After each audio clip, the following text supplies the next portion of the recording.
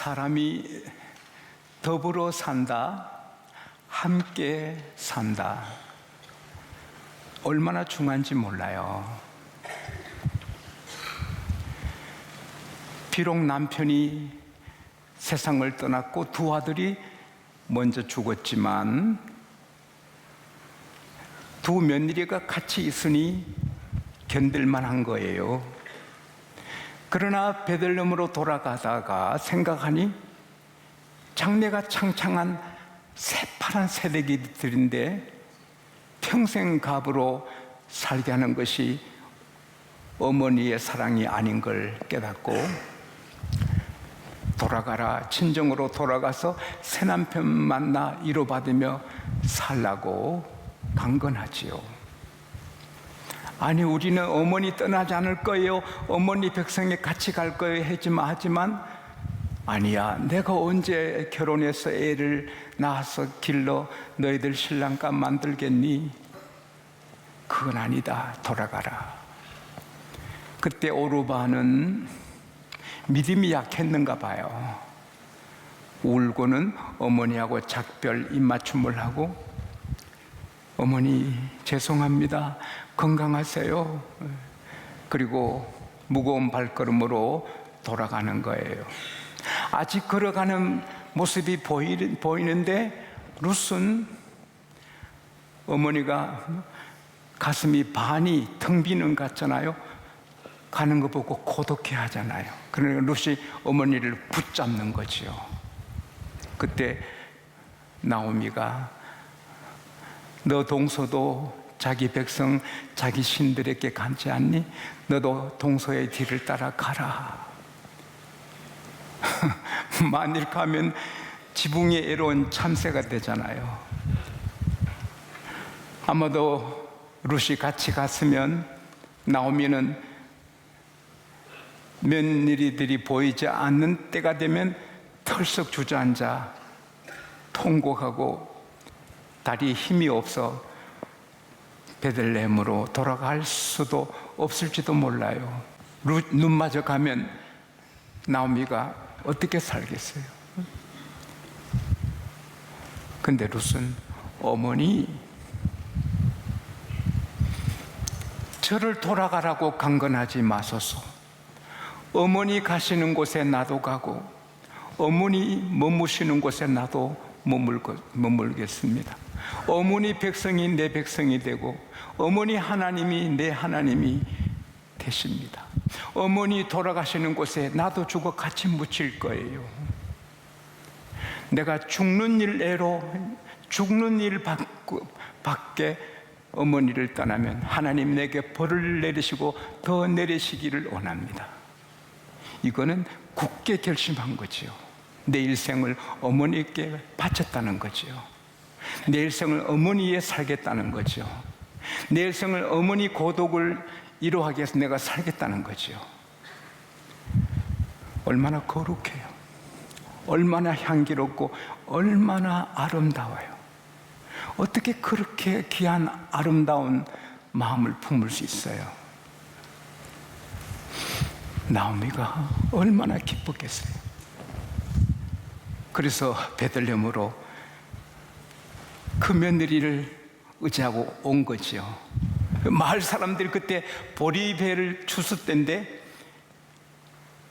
아니 저 누구야? 저 10년 전에 마을을 떠나간 나오미가 아닌가? 이가 나오미가 아닌가? 갈 때는 희망차고 부잣집에 맞는 미로 남편과 두 아들과 더 크게 되려고 이민 가는 그 모습이 희망찼는데, 이제는 남편 잃고 두 아들 잃고 재산 다 잃고 알거지가 돼서 이방 며느리, 이방 여인을 데리고 쭉 쳐져오니까 저 나오미가 맞아? 아닐 거야 맞을 거야 수근수근하다가, 아니 부인이 나오미 맞아요? 나오미 맞아요? 나 나오미 맞아요. 그러나 나를 나오미라 부르지 마시오. 전능자가 나를 괴롭게 하셨고 하나님께서 내 모든 것을 없애버렸어요. 내가 나갈 때는 풍족하게 나갔는데 이제 빈손으로 왔어요. 하나님이 나를 괴롭게 했으니 나를 나오미라 부르지 말고 마라라 불러주시오. 낮에 말씀드린 대로 나오미는 기쁨, 한이, 행복, 항올, 마라는 쓰다는 거예요. 그래서 그 부잣집 마님이 이제는 베들레헴에서 가장 가난한 사람이 돼서 이삭을 주워서 먹어야 되는 그런 가난한 자가 되어서 이제 마을에 정착하게 되는 거예요. 그런데 그 마을에서 가장 가련한 집인데 하나님이 그 집에 빛을 비춰주세요. 베들레헴 온 사람들이 주목하게 돼요. 마침내 그 집은 빛이 나고 그 며느리는 다윗 왕의 조상이 되고 예수님의 조상이 되고, 할렐루야. 룻은 정말 별같이 귀한 사람이 되는 거예요.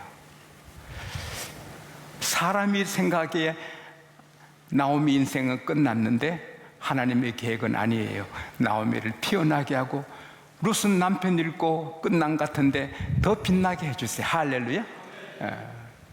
여러분, 하나님의 계획은 다 찬란합니다. 하나님의 계획은 다 좋은 것입니다. 우리를 사랑하시기 때문에 여러분과 저를 향한 하나님의 계획은 다 원더풀, 뷰티풀, 쌍꺼풀입니다. 다 따라합시다. 내 미래는 너무 귀하고 행복하고 화려하고 거룩하고 멋지다. 예, 우리 아버지가 세운 계획입니다. 할렐루야. 그런데 그 귀한 나오미하고 룻이 그렇게 되는 건 룻 때문이죠. 나오미도 귀했지만 룻이 너무 아름다웠어요. 룻을 통해 하나님께서 주시는 인스트럭션, 교훈이 뭡니까? 룻은 자기 행복을 위해 살지 않았거든요. 내 행복을 위해, 내 기쁨을 위해 내 인생을 내가 한번 피워보자 포기했어요. 내 어머님을 위해서 어머니의 그 고독한 생활을 좀 위로해 드리기 위해서 내 일생을 바치자. 어머니를 섬기는 일에 자기 인생을 던진 거예요. 그게 예수님의 삶이에요. 사랑하는 여러분, 저 남편 때문에 내가 행복해야지, 저 아내 때문에 내가 행복해야지, 불행하게 됩니다. 여러분을 행복하게 해줄 남편이 없어요. 여러분을 행복하게 만들어줄 여자는 없어요. 내가 내 아내를 행복하게, 내가 내 남편을 행복하게, 내가 내 가족을, 나를 만나는 사람을 행복하게 해줄 때 행복이 되는 거지, 나를 위해 살면 인생은 불행하게 되는 거예요. 그걸 잘 아시는 주님께서, 우리의 삶의 롤 모델 되시는 주님께서 말씀하셨습니다. 마태복음 20장 28절에 인자 예수님이 오신 것은 섬김을 받으려 함이 아니라 도리어 섬기러 왔다. 섬길 뿐 아니라 내 목숨을 대속물로 내어주러 왔다. 할렐루야. 예수님이 오시면 여러분이 발을 씻어 주십니다. 제자들의 발을 씻어주는 것이 예수님의 자세. 집에서도 교회에서도 섬기는 자, 직장 가서도 섬기고, 비행기 타도 화장실을 청소하고, 호텔에 가도 호텔을 정리하고, 불도 아끼고, 물도 아끼고, 타월도 아끼고, 언제나 섬길 때 그게 주님을 섬기는 사람의 자세고, 로마서 14장 18절에 이로써 그리스도를 섬기는 자는 하나님의 기쁘심이 되며 사람에게도 칭찬을 받느니라. 룻은 이렇게 시어머니를 섬기니 7 아들보다 더 귀한 자부라고 사람들에게 칭찬을 받고, 그 후에 멋진 남편이 되는 보아스도 이 룻을 이방 여자라고 얕보지 않고 귀하게 여기는 거예요. 성경 말씀은 진리입니다. 나를 위해 사는 것은 내 생각이고, 나랑 만나는 가족, 교우들, 나랑 접하는 모든 사람을 섬기려고 사는 사람은 주님의 뜻을 따르는 사람이고, 그 섬기는 자세 때문에 그 환경이 은혜로, 평화로, 하늘의 복으로 채워지는 것입니다. 따라합시다. 나는 섬기는 자다. 나는 섬기는 자다. 학교에서나 어디서나 섬기는 거예요. 김희만 장로님 가슴이 뜨겁게 되잖아요. 그분 6.25 때 온 동민들이 끌려가서 학교에 갇혀 있습니다. 그래도 장로님은 죽을 때까지 섬깁니다. 청소하고 모든 사람을 돕고 위로하고 기도해주고, 계속 그 장로님 때문에 학교가 깨끗합니다. 인민군이 부릅니다. 김동문 나와. 나가니까 지금 즉시 집에 가서 절대 오지 마. 내일 오후에 해질 때 와. 절대로 오면 안 돼. 그래서 우리 김 장로님이 예 하고 왔습니다. 해지는 오후에 가니까 다 송장입니다. 마을 사람이 다 죽임당했습니다. 그러나 인민군도 그 김 장로님이 그렇게 섬기는 보고 감동받고 살려준 겁니다. 섬기는 자는 하나님이 지켜주시는 겁니다. 언제 어디서나 섬기고, 회장님은 사원을 섬기고 사원들은 회장님을 섬기고, 특별히 여기 액센트를 가해서 하나님께서 우리에게 주시는 교훈은 효도입니다. 모든 사람을 섬겨야지만 우리는 하나님 다음으로 섬길 분이 누구냐? 남편도 아닙니다. 아내도 아닙니다. 자식도 아닙니다. 골로새서 3장 20절에 자녀들아 너희 부모에게 모든 일에 순종하라. 이것이 하나님을 기쁘시게 하는 것이다. 할렐루야. 하나님께서 친히 하나님의 손가락으로 10가지 계명을 주셨는데, 첫째부터 넷째까지는 하나님 섬기는 것이고, 사람에게 넘어오면서 첫째가 부모 공경하라입니다. 세월이 흐르니까 문화가 바뀌고 풍속이 바뀌고 옷이 바뀌고 화장하는 것이 다 바뀌고 사람 사는 것이 다 바뀝니다. 그래도 하나님의 법칙은 바뀌잖아요. 봄, 여름, 가을, 겨울 계절이 그러하고, 물은 0도에서 얼고 100도에 끓어요. 더더구나 하나님의 약속의 말씀은 절대 변함이 없어요. 할렐루야. 하나님의 말씀은 부모를 공경하고 시아버지, 시어머니를 하나님처럼 공경하는 거예요. 나는 시어머니 안 모셔. 시아버지 모시면 시집 안 가. 그 사람은 교인이라 하기 어려워요. 지멋대로 사니까. 교인이면 시어머니를 사랑하고 섬기고 시아버지를 사랑해요. 루처럼. 좋은 부모 누가 못 섬겨요? 나쁜 부모를 섬겨야 되는 거예요. 지금 나오면은 돈이 있나요? 유산이 있나요? 아무것도 없는 거지예요. 그래도 나오면은 어머니니까 지극정성으로 섬기는 거예요. 사랑하는 여러분, 하나님은 상 주시는 분이고 복 주시는 분입니다. 불효하면 병 주십니다. 불효하면 안 되게 하십니다. 암이 오고 병이 오고 무너지고 안 됩니다. 그러나 효도하면 건강하게 되고 잘 되는 것입니다. 자녀들아 너희 부모를 주 안에서 순종하라. 이것이 옳으니라. 너 아버지 어머니를 공경하라. 높여라. 그러면 너가 땅에서 잘 되고 장수하리라. 할렐루야. 이거 하나님의 약속입니다. 아무리 불황이 있어도 효도하는 집은 잘 되게 하시고, 아무리 전염병이 휩쓸어가도 효도하는 사람은 병이 안 걸리고, 아무리 사고가 많아도 효도하는 사고 안 나고. 할렐루야. 우리에게는 상을 받기 위해서 효도하는 것은 비즈니스입니다. 그래서는 안 되지요. 그러나 하나님 말씀이니까 효도하고, 부모의 은혜가 감격해서 효도하는 거지요.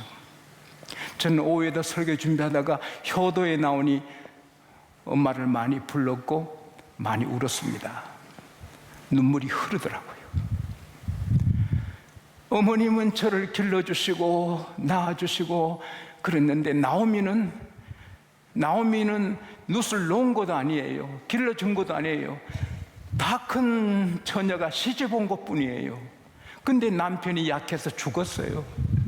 그러면 떠나갈 수 있는데, 그 나오미한테 뭐 저절 먹었나요? 뭐 있나요? 근데 어머니란 그것 때문에 끝까지 섬기는 거예요.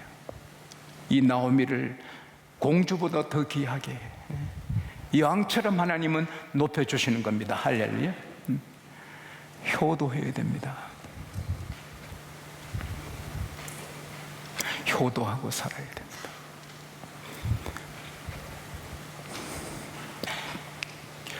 바닷가에 경상북도 한 마을에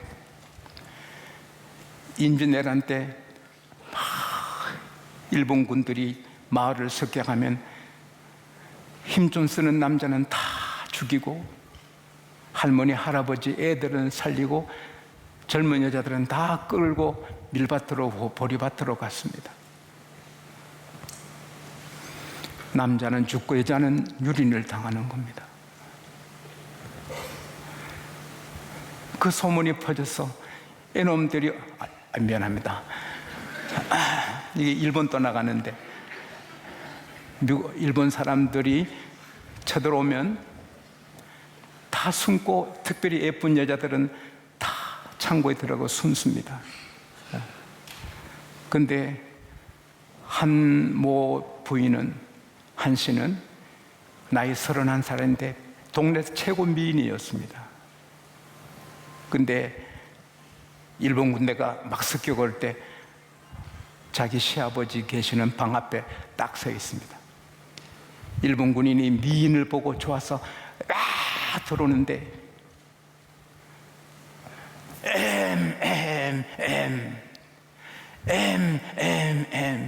이 미인 한 씨가 어른 수염 행사하면서 가리킵니다.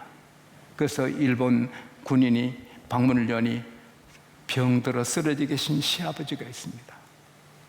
그걸 보고 이 여자를 끌고 가서 늑탈 유린하겠다는 일본 군사가 감동을 받고, 옥상이 뭡니까? 옥상은 옥상입니다. 아주머니 존경합니다. 그리고 두고 갔다는 거예요. 그 짐승처럼 변하는 일본 사람들도 효도하는 여인을 보고는 존경하고 물러갔다는 겁니다. 효는 얼마나 아름다운 것인지, 하나님이 얼마나 기뻐하시는지 모릅니다. 그리고 내 부모만 부모가 아닙니다. 저는 매일 누님한테 전화드립니다. 이제 어머니 가시니 누님이 어른입니다. 누님한테 잘하려고 했습니다. 작은 어머니한테 잘하려고 했습니다. 동네 어른들에게, 교회 어르신들에게 다 잘하는 겁니다. 회사 가서 나이 드신 분에게, 우리 아들이 높은 지에 있습니다. 그 젊은이들도 있지만 나이 많은 공무원들도 많이 있지 않습니까? 겸손해라.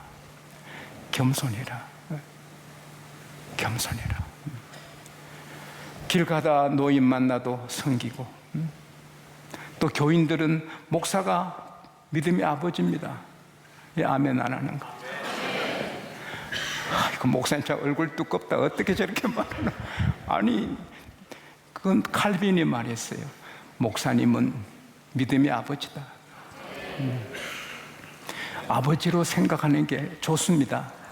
연세가 90이 되셔도 목사님이 20세라도 믿음의 아버지라 생각하면 복을 받습니다.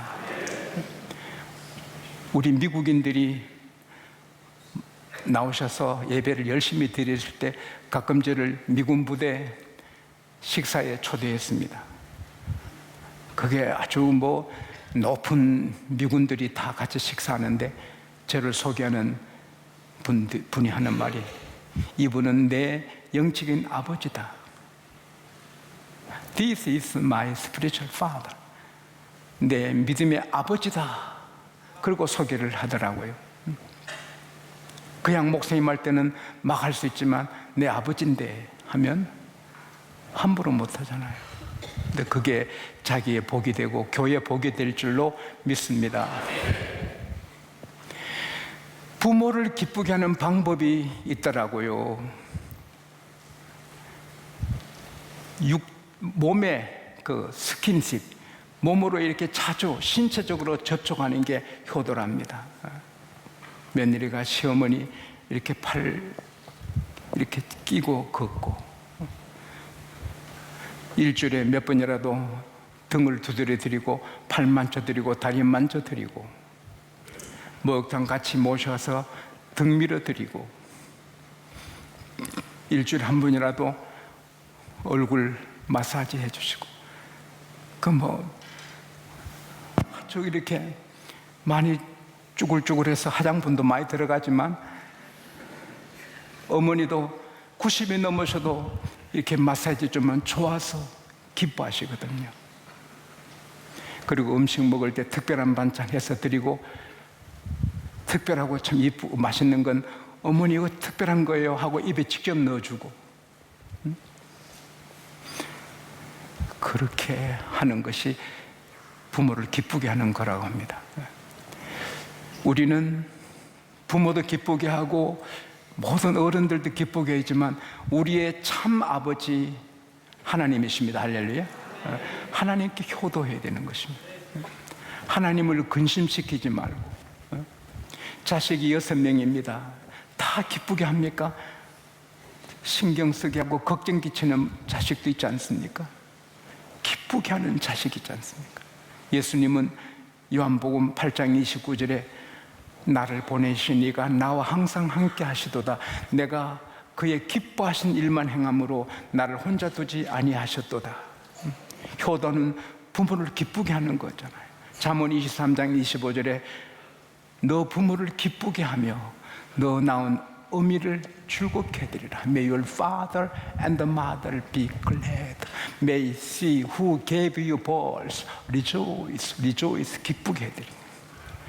부모를 기쁘게 해드리는 것보다 더 좋은 거 부모를 기뻐하는 것입니다. 할렐루야. 부모님 무조건 좋은 겁니다. 부모님 좋은 겁니다. 그때 그게 부모에게 전달될 때 부모가 기쁜 거지요. 우리 주님이 우리 대신에 죽으시고 구원해 주신 것은 그 구원의 선한 덕을 세상에 알리라고 하신 것이다.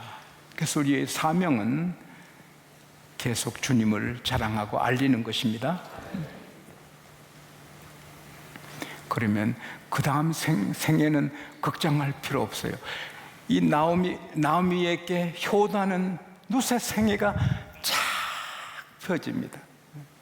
우리가 부모를 효도하고 어르신들을 존경하고 하나님을 높이고 나가면 우리 미래는 걱정할 거 없습니다.